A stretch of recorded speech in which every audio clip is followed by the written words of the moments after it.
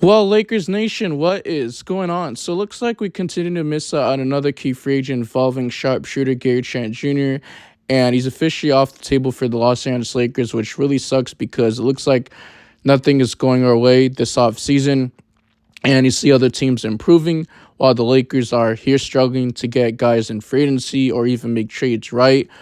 But Gary Trent Jr., he's a sniper. He could definitely space out the floor. He can catch and shoot. That's what he's really known for. He can definitely find his spots in the corner and stuff like that. But it looks like he agreed on a one-year deal with the Milwaukee Bucks. And to be honest, guys, I'm not really sure what the details are, but I'll definitely put it down in the comment section once I find it, hopefully, if that's going to happen. And the interesting part is that the Milwaukee Bucks were a second April team, so pretty much they got these players for the cheap minimum deals. Torian Prince was on the Lakers this past season. He just signed with the Milwaukee Bucks. He also got Gary Trent Jr. and DeLon Wright. Pretty much was on the Miami Heat this past season. And not only that, the Lakers, the whole point of this is they're going to clear some space to use its taxpayer exception to either sign Gary Trent Jr. or bring back Spencer Dinwiddie, which I'm good off of Spencer Dinwiddie. He's just not the same player that he used to be ever since he tore his ACL. He's getting older. I believe he's like 30 or 31 years of age, so he's not in his prime anymore. And he had a horrible run in the postseason against the Denver Nuggets. There was a bunch of games where he had bagels, couldn't even score. And what happened to the old Spencer Dinwiddie, which he was performing for the Dallas Mavericks in the postseason? So it's super unfortunate. But Gary Trent Jr., he's still young. He's 25 years of age. He plays the shooting guard, point guard position. His height is like 6'5", weighs about 204 pounds. And he played his last 4 seasons with the Toronto Raptors after starting his career with the Portland Trail Blazers, playing his first 3 seasons over there. And he's been in the league since 2018-2019 NBA season. He was drafted from that team, and he played for the University of Duke Blue Devils, right? Now, to be honest, guys, this year for the Toronto Raptors, he really had a down year. It happens, but the year before that, he did average around like 17.4 points per game. And then the year before that, he averaged around 18.3 points per game. But this year, he averaged around 13.7 points per game, shooting 42.6% from the field, 2.6 rebounds, 1.7 assists, 0.1 blocks, 1.1 steals, and shot damn near 39.3% from 3 and 77.1% from the free throw line, 71 games out of 82, 41 starts, 30 games coming off the bench. So pretty much he played a different role over there, a little bit different, but he did play around 28.1 minutes a night in total for the Toronto Raptors. So he's definitely a sniper. And the whole point of this is that the Lakers, they're going to have to shed some salary or get more under the second apron, even though we're already under the second apron and stuff like that. But we're going to have to do some salary dumps and trades, including like Christian Wood and Cam Reddish. So these are not the priorities moving forward, and they much rather keep Jackson Hayes. And JJ Redick pretty much made it known in his podcast interview that he's looking for a bigger body next to Anthony Davis, right? Because pretty much you look at the West, it's improving. DeMar DeRozan was linked to the Lakers. He didn't want to take the full $13 million, so he got paid, signed a trade. It really came to a living situation and stuff like that. But he went to the Sacramento Kings, so they're going to improve a little bit. And also, you look at OKC, they signed Isaiah Hartenstein. He also traded for one of the best point of attack defenders in Alex Caruso before free agency. You look at the Timberwolves, they just made it to the Western Conference Finals, and it continues to improve. You also got the Twin Towers of Karl and the Anthony Towns, and you also got former Defensive Player of the Year in Rudy Gobert, Six-Man Year of Award in Naz Reid.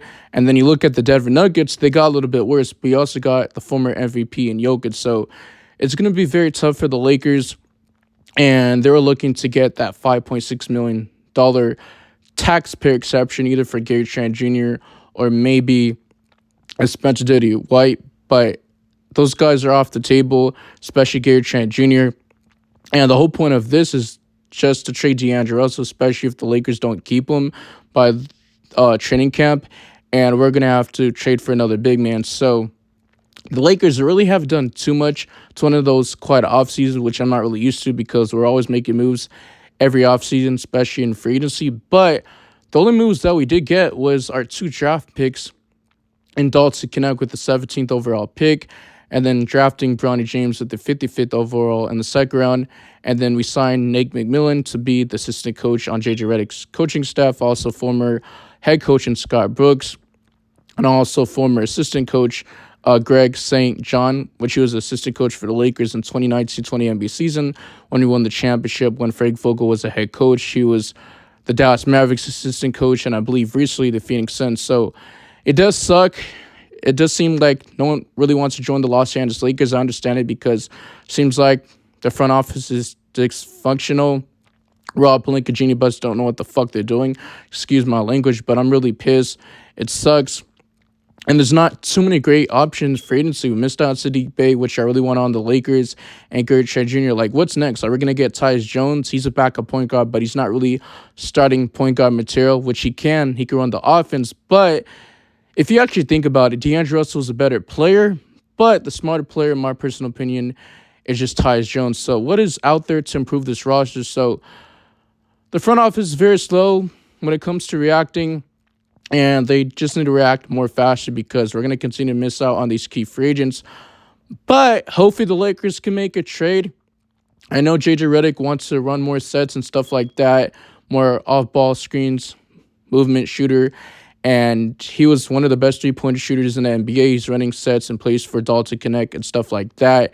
And I think it's going to be very interesting because the Lakers want a bruising big man next to Anthony Davis. So what is left out there? I'm really hurt because it seems like we're always linked to other players, and they don't join the Lakers. We missed out on Klay Thompson, DeMar DeRozan, Jonas Valanciunas, also Buddy Hield. He went to the Golden State Warriors. Of course, James Harden was linked to the Lakers. Not that I wanted him, never liked him, but I'm just pointing it out there.